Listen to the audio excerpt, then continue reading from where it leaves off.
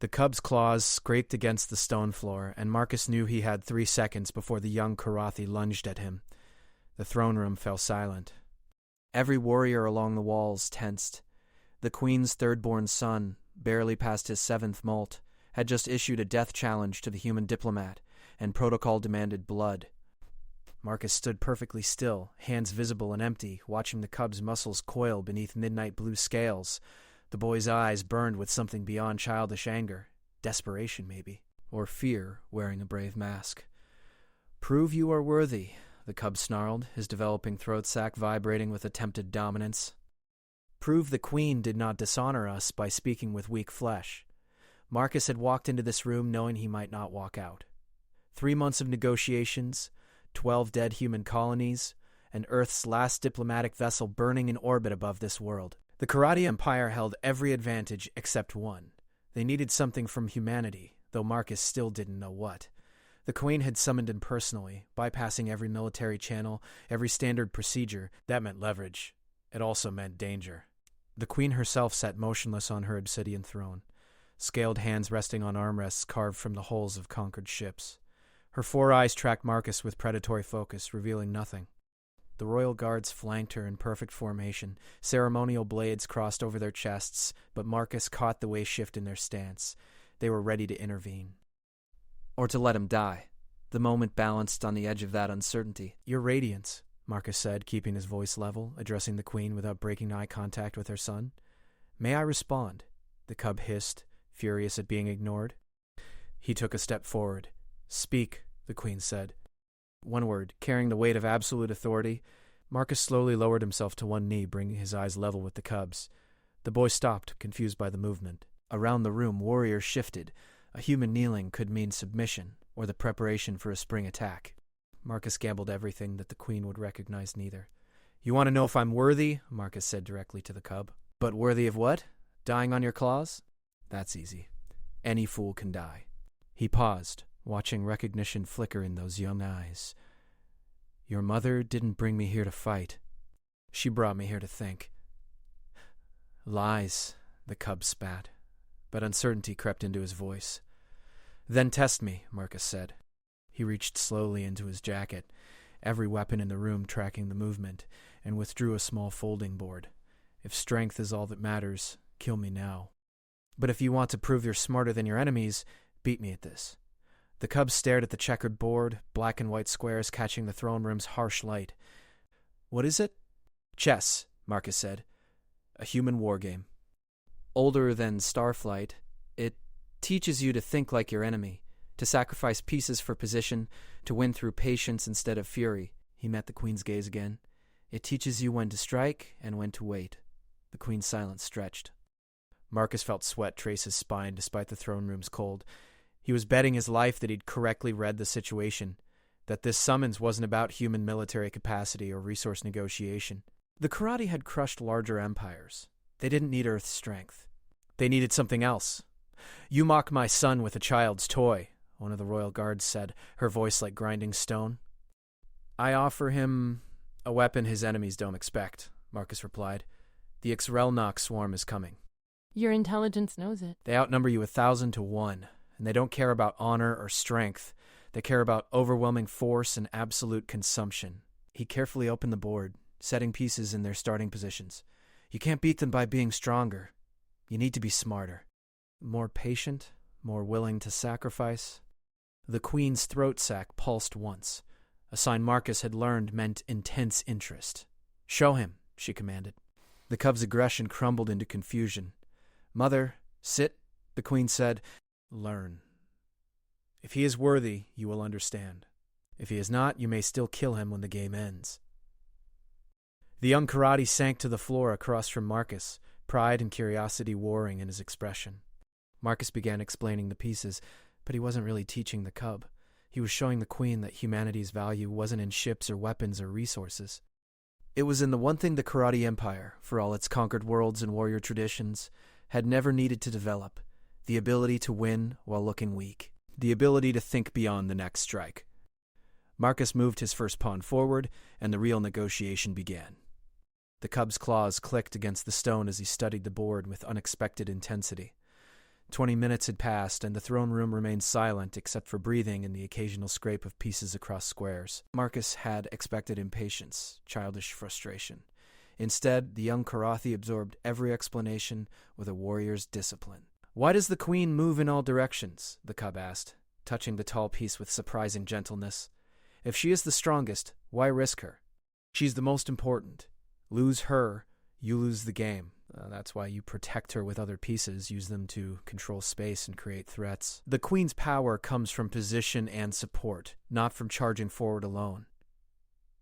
The cub's eyes flicked to his mother on the throne. The queen's expression remained unreadable, but her secondary eyelids flickered. Another tell Marcus had learned. She was pleased. "The Shrelnak don't have queens," the cub said suddenly. "They don't have leaders at all. Our warriors say it makes them weak, but..." He paused, working through the thought. "But the swarm's coordinate. They sacrifice millions of drones for tiny advantages. How do you fight an enemy with no head to cut off?" Smart kid. Marcus had underestimated him. "You don't fight the head," Marcus said. "You fight the strategy. Chess teaches you to see patterns, predict moves before they happen. The ex-Relnak might have no leaders, but they have predictable responses to threats. They always choose overwhelming numbers over tactical nuance. That predictability is their weakness." One of the royal guards spoke, a scarred veteran with a missing eye. "The human speaks theory. The swarm speaks in dead worlds. We've faced them at the burning edge. No pattern saved those colonies." Marcus didn't look away from the board. "The burning edge was 3 months ago. You sent your fleets in a standard hammer formation, strength against strength. You traded kill ratios you could afford to lose. The swarm traded numbers they couldn't even count. You won the battles, but lost the war of resources." He moved his knight in an L shape, demonstrating the piece's unique movement. "Sometimes the winning move is the one your enemy doesn't expect. Sometimes you sacrifice space to gain time." "You know our military deployments," the queen said. "Not a question. Your Radiance, Earth has been watching the swarm advance for 2 years. We've seen every empire that tried to fight them with conventional strength. None survived." Marcus kept his tone respectful but firm. "The Karathi are different. You have discipline, strategic thinking, warrior traditions that emphasize honor and tactical excellence. But you're preparing to fight the swarm the same way you fought the Helian Confederacy, the same way you conquered the Spiral Arms. It won't work." The cub moved his pawn forward hesitantly. Marcus nodded approval. "Good. You're protecting your king, building a defensive structure. Now think. 2 moves ahead. What happens if I move here?" He indicated a position without touching the piece. The young Korathi stared at the board, his throat sac pulsing with concentration. Marcus saw the moment understanding clicked. The cub's eyes widened as he recognized the trap being built.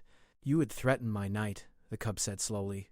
"I would have to choose between saving it or developing my other pieces. And what would you choose?" The cub's claw hovered over the knight, then pulled back. "You want me to save it? You want me to waste moves on one piece while you position your queen?" Marcus smiled. "Now you're thinking like a human." The insult that would have triggered a death challenge 5 minutes ago now made the cub's eyes light with something like pride. Around the room, the warriors' postures had shifted. They were listening now, watching the strange test unfold with the same intensity they'd give to ritual combat. The queen rose from her throne, and every warrior in the room immediately dropped into a full bow. Marcus stayed on one knee, unsure of the protocol. The massive Karathi matriarch descended the steps with predatory grace, approaching the chessboard with deliberate slowness. "Finish the game," she commanded. "I will watch." The cub froze, caught between terror and exhilaration. Being observed directly by the queen during the learning exercise was an honor Marcus suspected few received. The boy's next move came with shaking claws, but it was the right move. Defending without retreating, creating space without surrendering position. They played in silence for several more turns. Marcus made the game challenging enough to teach, but winnable enough to encourage. He narrated his thinking process, explaining not just what he was doing, but why. The cub absorbed it all with fierce concentration, occasionally glancing at his mother to see if he was disappointing her. The queen never looked disappointed. She studied Marcus with those 4 predatory eyes, and he knew she was measuring something deeper than his chess instruction. She was deciding whether humanity could be trusted, whether their offer, whatever it truly was, held value beyond words and promises. Marcus sacrificed his bishop to open an attack on the cub's king. The young Karate saw the trap this time, maneuvered his pieces to block, but left his queen exposed in the process. 3 moves later, the game was over. "You see what happened?" Marcus asked gently. The cub's throat sac pulsed with frustrated understanding. "I focused on the immediate threat and forgot the larger position. I lost before I realized I was losing. That's how the swarm wins," Marcus said. "They create 1,000 small threats, force you to respond to immediate dangers, and while you're defending, they surround you. By the time you see the real danger, escape is impossible." He reset the board. "But now you know what to look for. You know how patience defeats aggression. How position beats strength. How thinking 3 moves ahead defeats reacting to the current move." The queen spoke, her voice resonating through the throne room. "You teach my son to think like prey. I teach him to think like a survivor. The Karathi conquered half the galaxy by being the strongest warriors. But the swarm doesn't care about strong warriors. They care about protein and resources. They'll drown your fleets and bodies until your ammunition runs out, then they'll consume your worlds while you reload." He stood slowly, carefully, keeping his movements non-threatening. "Humanity survived because we learned to be clever instead of strong. We learned to sacrifice battles to win wars. We learned that sometimes the greatest victory is surviving while your enemy destroys himself." "Cowardice," the Scarred Guard said.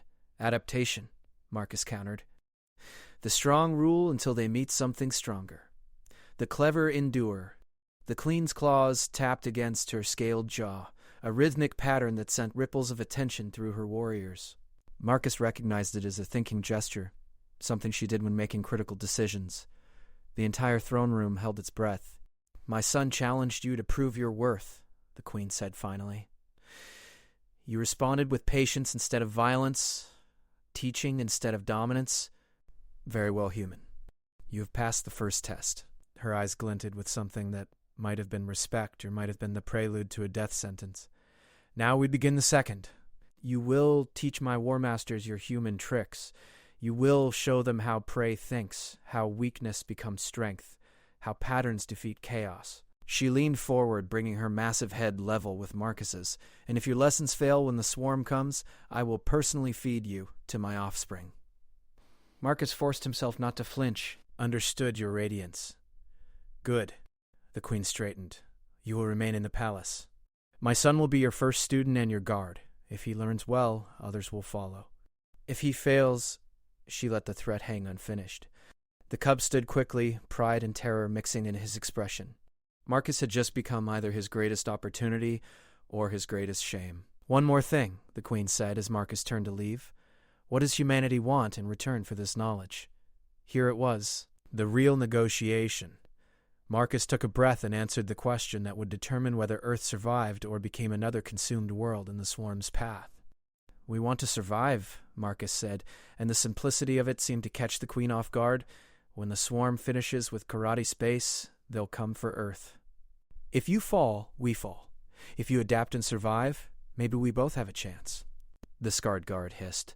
"He admits his world is too weak to stand alone. I admit that we're smart enough to know the difference between an enemy and an ally," Marcus said. "The swarm doesn't negotiate, doesn't retreat, doesn't stop. Every empire that tried to face them alone is gone. The Helian Confederacy had twice your fleet strength. The Crystalline Communes had weapons that could shatter planets. Both are dust now, and the swarm is stronger for consuming them." He gestured at the chessboard. "I just taught your prince that victory sometimes requires sacrifice. Earth sacrifices pride by asking for help. The Karate sacrifice isolation by accepting it.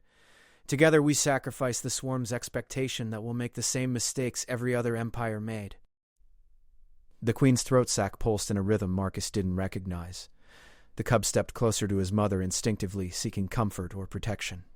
The warriors along the walls maintained their positions, but Marcus caught the subtle shifts in their stances, hands moving fractionally closer to weapons, weight redistributing for potential action. "You presume much, human," the queen said. "You stand in my throne room, teach my son tricks disguised as wisdom, and now ask the Karathi Empire to abandon our traditions of strength." "No," Marcus said firmly. "I ask you to expand them. The Karate didn't conquer half the galaxy by being rigid. You adapted to every enemy, learned from every battle, incorporated useful tactics from defeated foes. The Shrillnak swarm is just another enemy, but they require different thinking. They require patience, misdirection, and strategies that turn their numbers against them. The cub spoke up suddenly, his young voice cracking slightly, like the knight's fork. Using one piece to threaten two targets, forcing the enemy to choose what to lose. Marcus nodded. Exactly. The swarm's strength is coordination and overwhelming force. But that same coordination makes them predictable. They respond to threats in calculable ways. If we position our forces like chess pieces, we can create situations where every swarm response leads to a worse position. The burning edge wasn't theory. I watched drones tear through our ships like insects through rotting wood. I saw warriors die in thousands because the swarm simply didn't care how many of their own they sacrificed. And I watched Earth's defense fleets learn to use that against them, Marcus replied. 3 years ago, the swarm attacked our outer colonies. Standard defense protocols collapsed in hours. But our commanders started experimenting with what we called honeypot tactics, concentrating forces to look vulnerable, then creating overlapping kill zones when the swarm committed everything to the attack. We didn't win through firepower. We won by making them waste more resources taking positions than those positions were worth. He pulled a small data crystal from his jacket, moving deliberately slow to avoid triggering defensive responses. This contains tactical analysis of every swarm engagement Earth survived. Attack patterns, response timings, resource allocation strategies, everything humanity learned by nearly dying. He placed it on the floor between himself and the Queen. I'm authorized to share it completely and without restriction. No trade demands, no territorial concessions. Just information that might help both our species survive what's coming. The throne room went absolutely silent. The offer was too generous, too open. The Queen's eyes narrowed. Why? She asked. Why give away your only advantage? Because Earth studied the swarm's progression. They move in an expanding sphere, consuming everything in their path. Right now, you're the next major empire in that sphere. If you fall, they'll reach Earth in approximately 14 months. We don't have the military strength to stop them alone. We barely had enough to survive their scouts. Marcus kept his voice steady despite his racing heartbeat. But if the Karathi adapt, if your fleets learn to fight smart instead of strong, you might hold them. Might even push them back. That gives Earth time to fortify, to prepare, to maybe survive when they eventually come for us too. You sacrifice your advantage for time, the cub said, clearly working through the logic. Like sacrificing a queen to force stalemate instead of losing. Close, Marcus said. More like sacrificing a queen to give your opponent a fighting chance because, if they lose, you lose anyway. The queen reached down and picked up the data crystal with surprising delicacy. She held it up to the light, examining it as if the physical object could reveal its contents, truth or deception. This could be false information, she said, designed to make our fleets vulnerable. But your Radiance is smart enough to verify it against your own intelligence before implementing any tactics. And I'm betting you're smart enough to recognize that Earth gains nothing from a weakened Karathi Empire except a faster death. The Queen's claws closed around the crystal. You will demonstrate these tactics yourself. Tomorrow, in the war room before my fleet commanders. You will explain every strategy, answer every question, prove every claim. If my generals find merit in your methods, we proceed. If they find deception or weakness, she smiled, showing rows of razor teeth. Well, my son still needs to learn what happens when enemies prove unworthy. Understood, Your Radiance, Marcus said. General Krath, the Queen commanded, addressing the scarred guard. Take the human to the diplomatic quarters. He is to be treated as an honored consultant, but watched at all times. If he attempts to access secured areas or communicate off-world, kill him. My will serves yours, General Krath said, bowing low. And Talrek, the Queen said to her son, you will accompany the human. Learn from him, observe him, report to me everything he does and says. Consider it your first intelligence assignment. The cub's eyes went wide with shock and pride. Yes, Mother, I will not fail you. See that you don't, the Queen said, but there was warmth beneath the stern words. Both your honor and humanity's survival now rest on whether this gambit proves wise or foolish. Marcus bowed as General Krath approached, her hand resting meaningfully on her ceremonial blade. The cub, Talrek, positioned himself at Marcus's other side, trying to project adult dignity despite barely reaching Marcus's shoulder.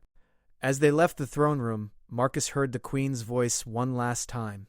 Send word to the Burning Edge fleets, full tactical review of their last engagement with the swarm. I want every detail, every mistake, every moment we relied on strength when we needed strategy.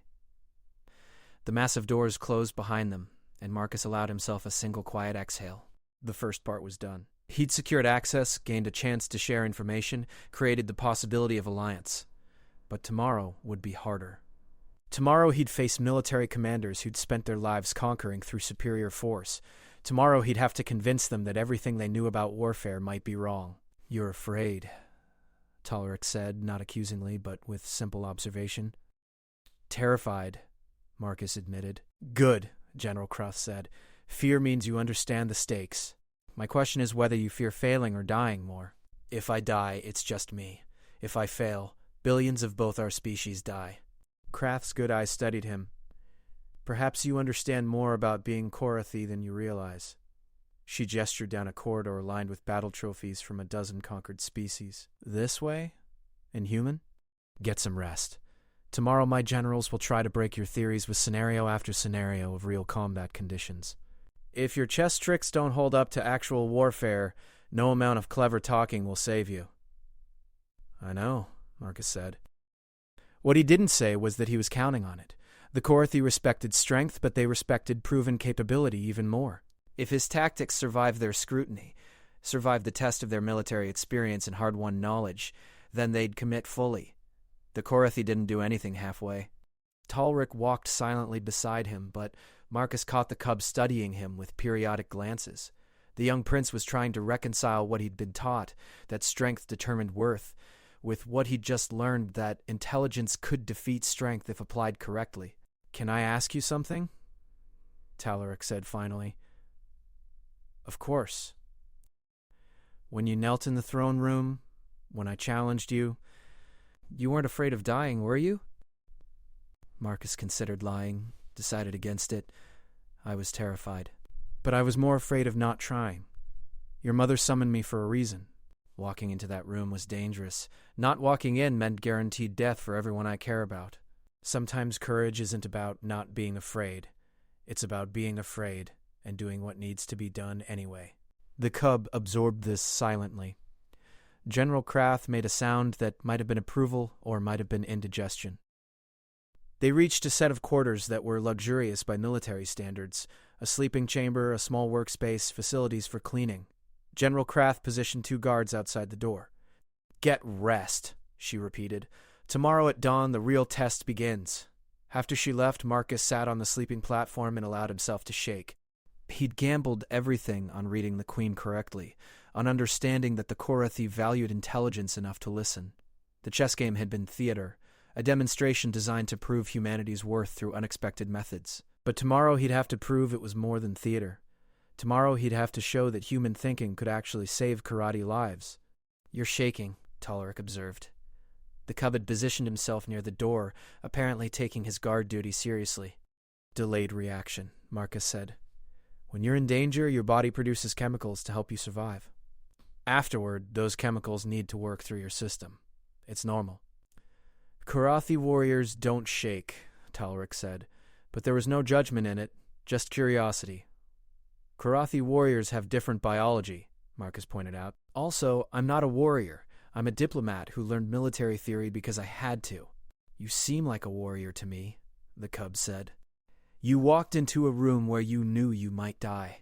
You faced my challenge without showing submission.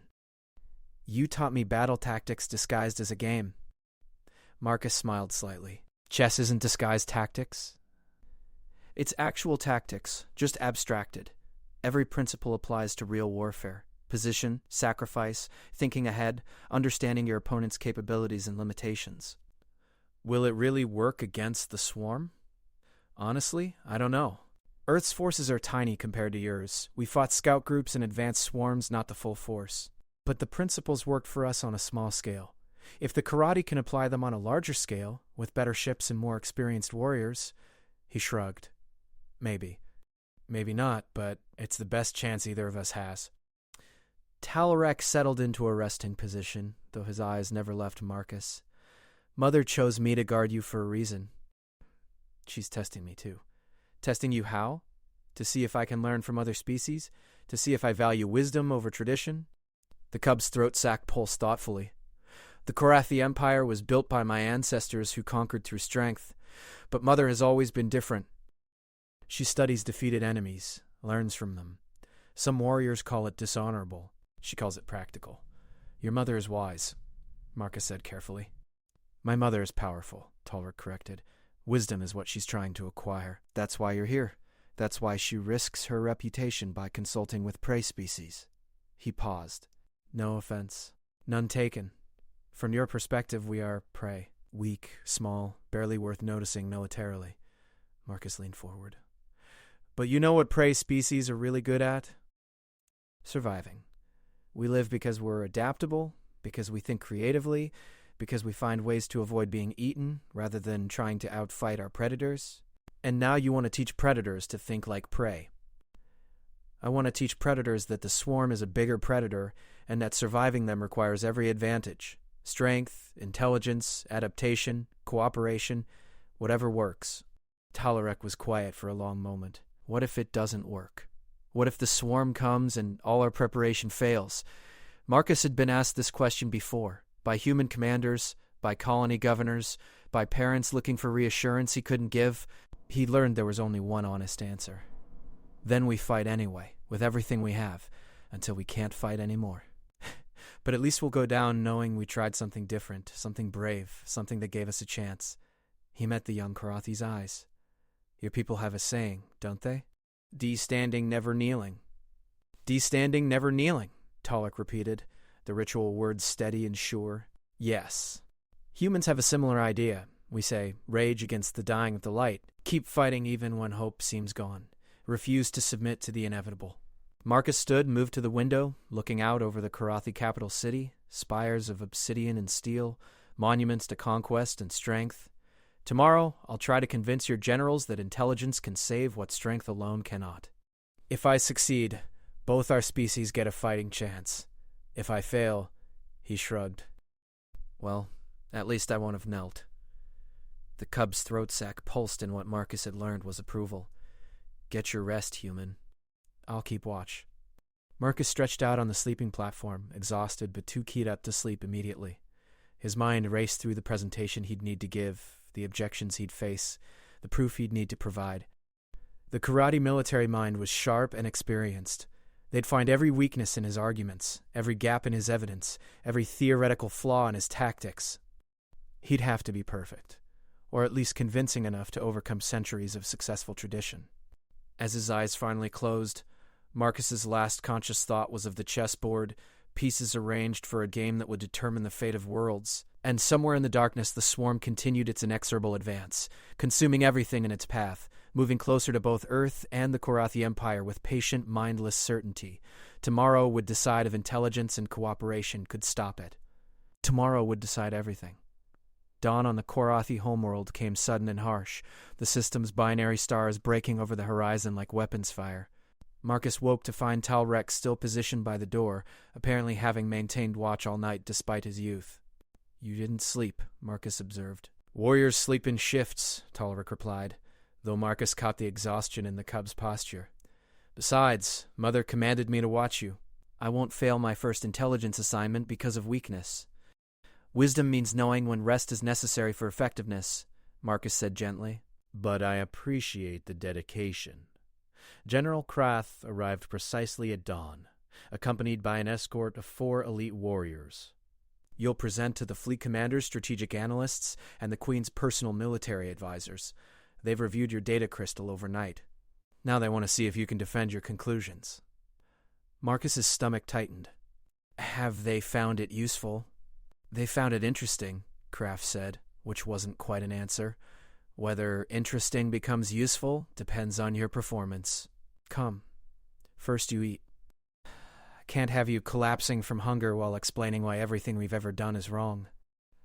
The last part held dark humor, but Marcus recognized the test beneath it.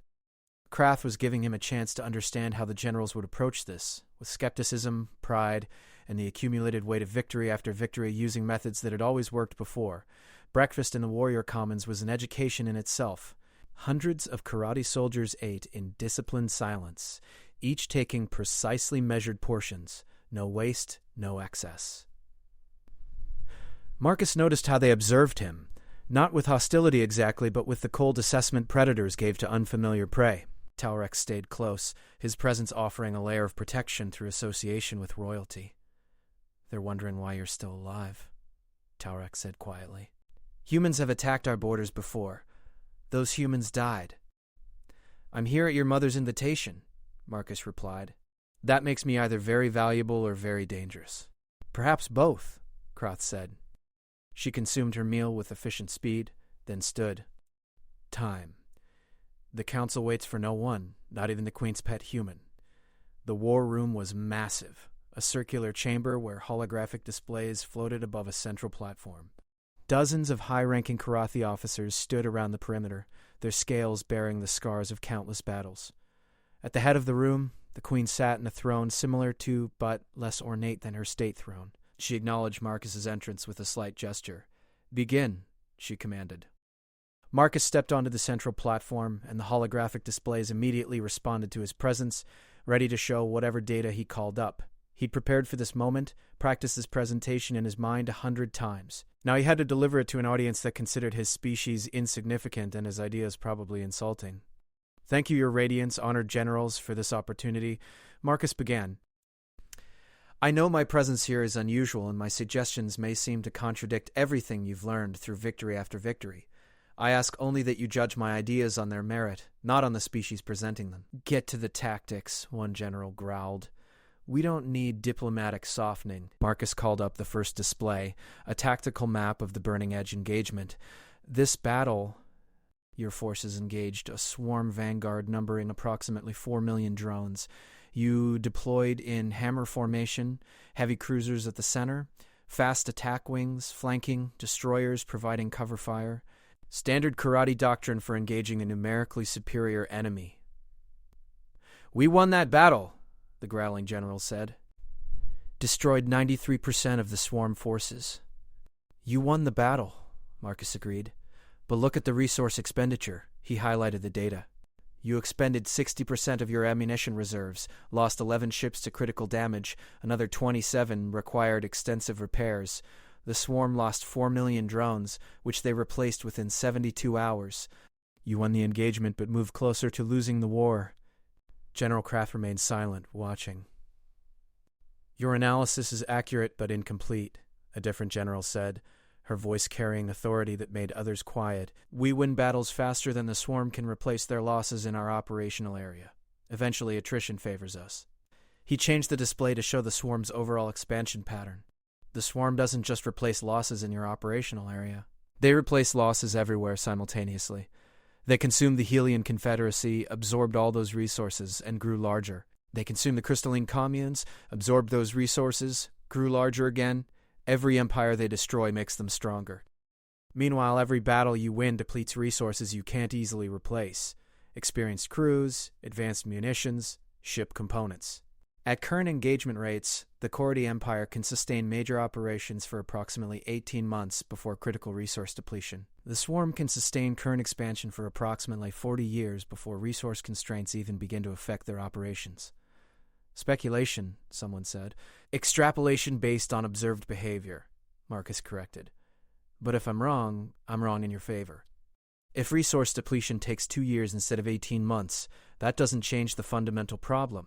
You're winning battles in a way that guarantees losing the war. The Queen spoke, her voice cutting through the rising arguments. Show us your alternative. Marcus took a breath. This was it. The moment everything depended on. He called up a new tactical display, one showing engagement patterns Earth's fleets had used. Human doctrine against the swarm is based on 3 principles: minimize losses, maximize swarm resource expenditure, and control engagement terms. We call it asymmetric defense. Instead of meeting the swarm's strength against strength, we create kill boxes, areas where we have overwhelming firepower advantage, but the swarm has to commit disproportionate forces to threaten us. We use automated defense platforms, minefields, and coordinated overlapping fire zones. The swarm responds predictably. They commit everything to breaking through the kill box because that's how their coordination works. Swarm forces poured into the engagement zone, triggered mines, faced concentrated fire from fixed positions. They broke through eventually. They always did, but at enormous cost. They win the position, a general observed. How is that victory for you? Because the position is worthless, Marcus said. It's an empty system we evacuated beforehand. They commit millions of drones, we commit automated systems, and a minimal defensive force. They win, but we've achieved a favorable kill ratio with minimal permanent losses. We rebuild the automated defenses faster than they can mount another assault, and we repeat the process. Cowardice, the growling general said. You cede territory instead of defending it. I cede worthless territory to preserve forces that can defend valuable territory, Marcus replied. Every Korathi warrior who dies in a glorious battle is a warrior who can't fight in the next battle. Every swarm drone that dies is replaced almost immediately. Traditional warfare rewards courage and sacrifice because warriors are more valuable than territory. Against the swarm, that equation reverses. Warriors become more precious than almost any territory, because the swarm has infinite replacements and you don't. You ask us to abandon our traditions, Krath said, to fight like prey instead of predators. I ask you to expand your traditions, Marcus said. The Korathi didn't conquer this empire by being rigid.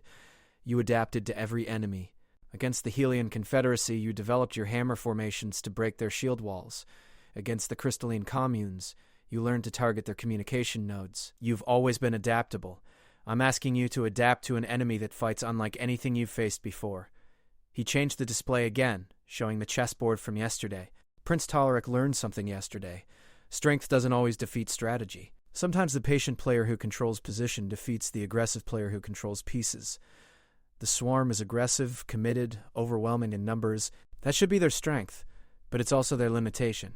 They can't be patient. They can't adapt mid-battle. They can't learn from mistakes because they have no consciousness to learn with. They're predictable. Talaric spoke up from where he stood near his mother. Like in chess, the opponent who always makes the aggressive move becomes easy to counter because you know what they'll do.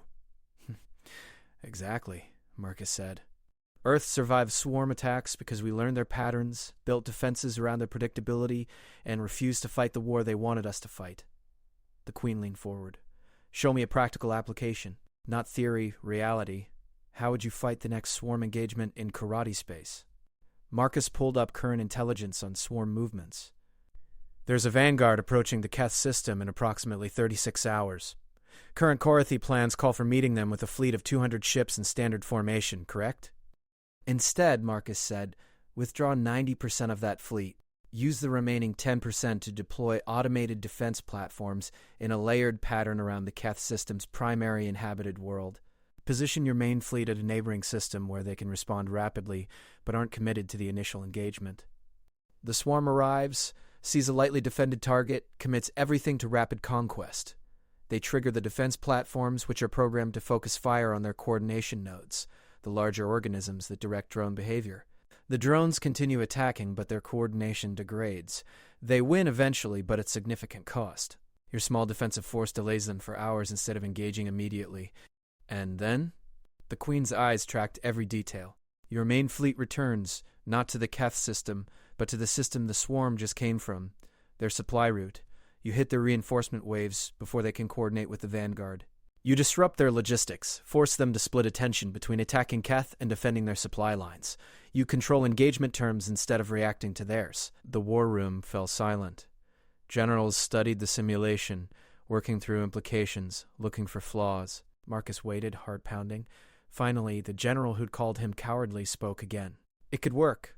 It sacrifices honor for efficiency, courage for calculation. But against an enemy without honor, maybe calculation is the appropriate response. I disagree, another general said. We've never retreated from defending inhabited worlds. If word spreads that the Korathi abandon their citizens, we evacuate the civilians beforehand, Marcus interrupted. The swarm wants biomass and resources, not territory. Give them empty cities to consume while your citizens shelter safely elsewhere. When the swarm moves on, your people return and rebuild. Buildings can be replaced. Lives cannot. But implementation requires retraining entire fleets, abandoning doctrine that's won us an empire, trusting that your human theories work on scales you've never tested. It's not simple.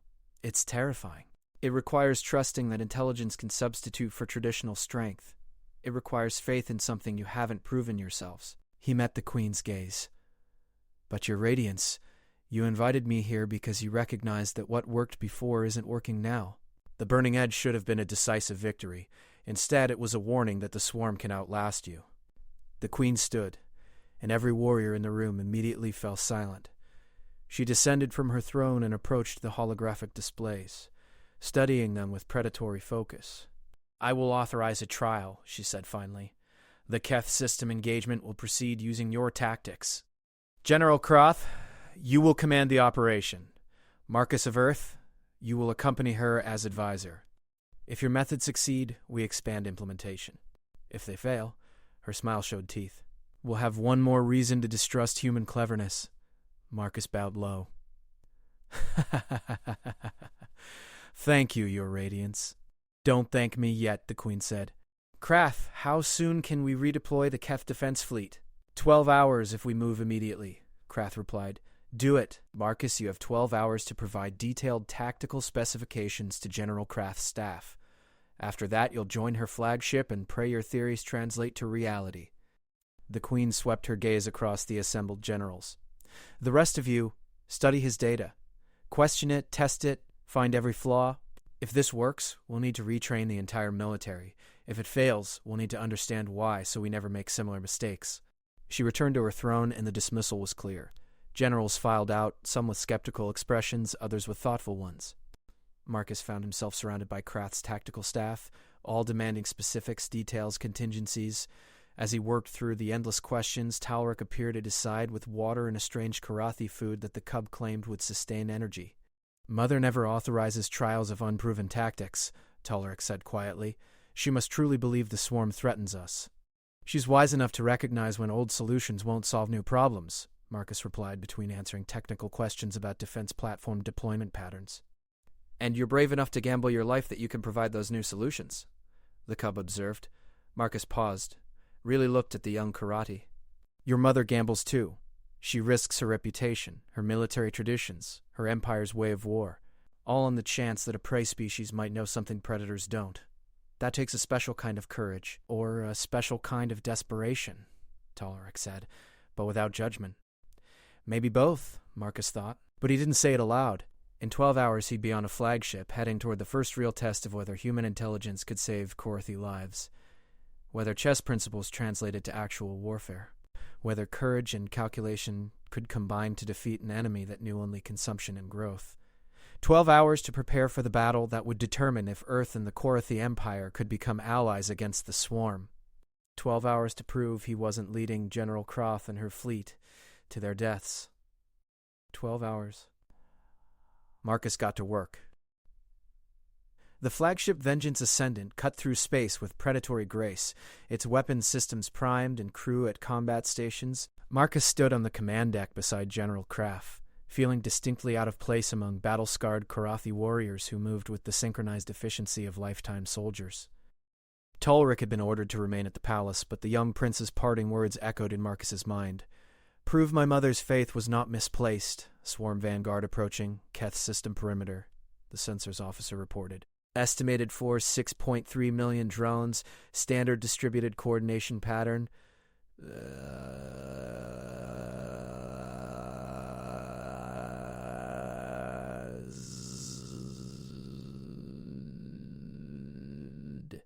Final transport cleared Keth Prime 3 hours ago. Another officer confirmed. All civilians safe, defense platforms online, and awaiting engagement protocols. Good. Kraft turned her scarred face to Marcus. Your move, human. The pieces are positioned. Now we see if your chess strategies work when real lives are at stake. Marcus forced himself to breathe normally despite his pounding heart. The holographic display showed the Keth system in perfect detail, the inhabited world, the ring of automated defense platforms they'd deployed overnight, and the approaching wave of swarm drones that appeared on sensors as a massive, undifferentiated cloud of hostile contacts. Activate defense platforms in sequence, Marcus said, his voice steadier than he felt. Start with outer ring only. We want the swarm to think they're facing minimal resistance. A Karathi tactical officer glanced at Krath, who nodded confirmation. The outer ring of platforms powered up, their weapons systems going active. On the display, the swarm's advance didn't even slow. They'd faced automated defenses before, knew they could overwhelm them through sheer numbers. They're committing fully, the sensors officer said. No reserve forces, no tactical splitting. They're treating this as a standard conquest operation. Because that's all they know how to do, Marcus muttered. He watched the swarm close distance, waited while they passed the outer defensive perimeter, kept waiting as they approached the middle ring. Every instinct screamed to activate everything, to hit them with maximum force. But this was chess, not warfare. Patience defeated aggression. Now, Marcus said. All platforms. Concentrated fire on coordination nodes only. The Keth system lit up with weapons fire.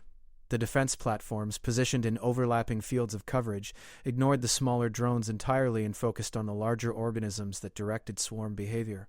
It was like cutting puppet strings. As coordination nodes died, entire sections of the swarm became disorganized, their movements losing cohesion. But the swarm still had numbers. Millions of drones poured forward, accepting catastrophic losses, finally reaching the platforms and tearing them apart with the mindless persistence of insects. Within 30 minutes, half the defense grid was destroyed. "They're breaking through," a warrior said, concern creeping into his voice. "Let them," Marcus replied. "How many drones lost?" 2.4 million, the sensors officer said. "But they still have enough to strip Keth Prime completely. And we still have our fleet," Krath said, understanding dawning. "They've committed everything to a target they think is defended. We hit their supply route now, while they're scattered and disorganized." "Exactly," Marcus confirmed. Krath's throat sac pulsed with something that might have been approval. "All ships jump to coordinates Delta 7. Engage swarm reinforcement wave on my command." The fleet vanished from Keth space in perfect synchronization, leaving the swarm to consume empty cities and abandoned infrastructure. Marcus watched the tactical display shift to show their new position, directly between the swarm vanguard and their reinforcements. Enemy contact sensors reported. 3 million drones, unorganized formation. They weren't expecting engagement here. "Because the swarm doesn't think defensively," Marcus said. "They assume conquered space is safe. They don't protect supply lines because they've never needed to." Krath stood from her command throne, and Marcus recognized the gesture. She was taking personal command of combat operations. "All ships hammer formation. We hit them with everything, destroy their coordination nodes first, then sweep the drones. Show me human tactics work with Korathi strength." The fleet attacked with devastating efficiency. Unlike the swarm, the Korathi coordinated beautifully, their ships moving in concert like dancers performing a deadly routine. Concentrated fire lanced out, targeting the larger organisms Marcus had identified as coordination nodes. Within minutes, the swarm reinforcements fractured into disorganized clusters. "They're trying to regroup," an officer reported. "Don't let them," Kraft commanded. "Fast attack wings, harassment pattern. Keep them scattered." Heavy cruisers. Systematic elimination. No survivors. The battle lasted 90 minutes. When it ended, the Korathi fleet had destroyed 3 million swarm drones at a cost of minimal ammunition expenditure and 0 ships lost. The command deck erupted in victorious roars. Warriors clashed their claws against armor in the traditional celebration of victory. Krath remained still, studying the tactical data with an analyst's focus. "Casualties?" she asked. 43 injured from system strain during hard maneuvers, medical reported. No fatalities. Ammunition expenditure? 20 to 4% of reserves. Krath turned to Marcus. "We destroyed 5.4 million swarm drones. Previous doctrine would have cost us ships, lives, and most of our ammunition. Your way cost us automated platforms we can rebuild in days and ammunition we can replace in weeks. The tactics only work if the warriors have the discipline to implement them." "Tactical assessment," Krath commanded. "Why did this work?" A senior tactical officer stepped forward. The swarm responded exactly as the human predicted. They committed everything to what appeared to be the primary target, left their supply route vulnerable, and failed to adapt when we changed engagement parameters. "They're like an opponent who can only make one type of move. Like a chess piece that moves predictably," Croft said, and something in her voice made Marcus's skin prickle with recognition. She understood now. Really understood. We can use this. If the swarm is predictable, we can manipulate them into positions that favor us. "That's the core principle," Marcus confirmed. "Every battle becomes an opportunity to waste their resources while preserving ours.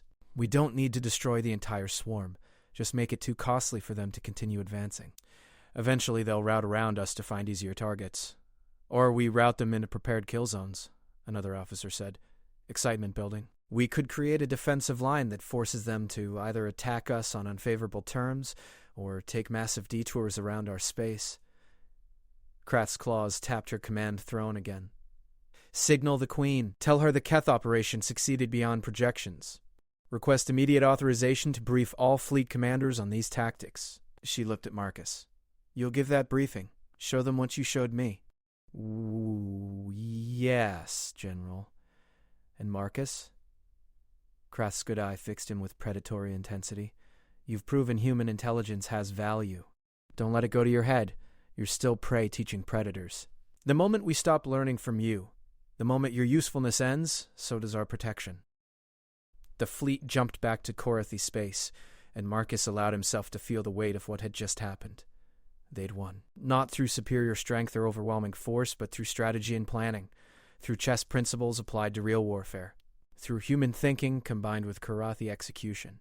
It was a start. As the flagship docked at the military station, Marcus found Talric waiting in the docking bay, bouncing with barely contained excitement. "Mother told me," the cub said. "You won without losing a single ship. The generals are already arguing about who gets to implement your tactics first." "It was General Krath's victory," Marcus said. "I just provided the strategy. She and her fleet made it reality." "You're learning to think like a Korathi," Krath said, approaching with her characteristic predatory stride. "Taking pride in the pack's victory rather than individual glory. Perhaps there's hope for you yet." The queen herself arrived, surrounded by her royal guard, and every warrior in the docking bay immediately prostrated themselves. Marcus knelt, Talric beside him. "Rise!" the queen commanded. She approached Marcus directly, and he forced himself to meet her gaze despite every instinct screaming to show submission. "You wagered your life that intelligence could substitute for traditional strength. The Keith operation proves your wager had merit. Therefore, I am authorizing full implementation of your tactics across our defensive fleets." Marcus felt the weight of it. Success at one battle was survivable.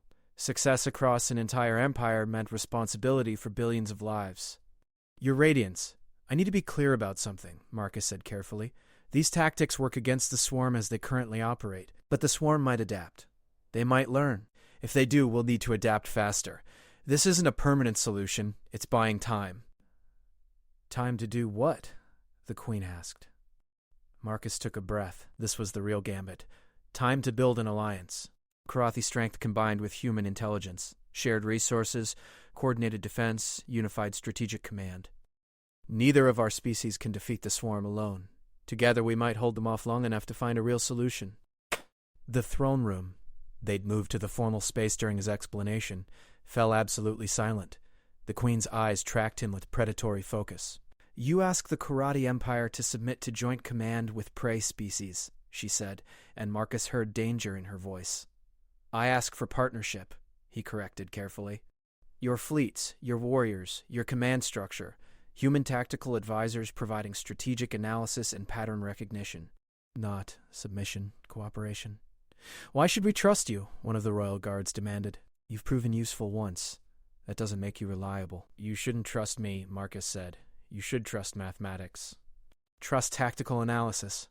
Trust the fact that every empire that faced the Swarm alone is gone, and the only human colonies that survived were the ones that coordinated their defenses with neighboring species." He gestured at the data displays.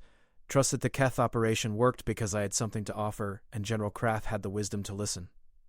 Marcus recognized the rhythm now. She was making a decision that would shape the future of her empire. "Very well," she said finally. "We will establish a joint tactical command.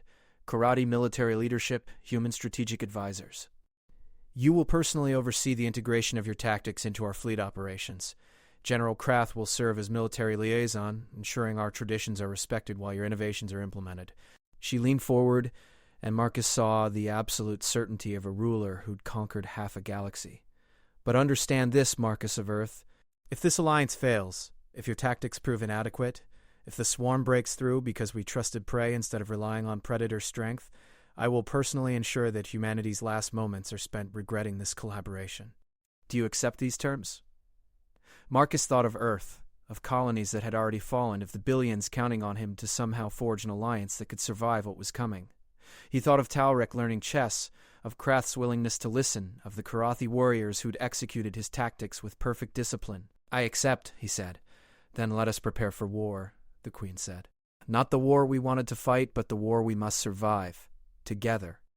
Talric caught Marcus's eye, the young prince's expression mixing pride and concern. They'd won a battle and forged an alliance, but the real war was just beginning. The Swarm continued its advance, consuming world after world, growing stronger with every conquest. But now they'd face something they'd never encountered before. Two species that had learned to fight together, combining strength and intelligence, courage and calculation. The chess game had expanded beyond a single board. Now it encompassed star systems, fleets, and the survival of civilizations. And Marcus, who had walked into a throne room expecting to die, was now responsible for proving that sometimes the greatest strength came not from claws and teeth, but from the willingness to learn from those who thought differently. The game was far from over, but for the first time, Marcus believed they had a chance to win.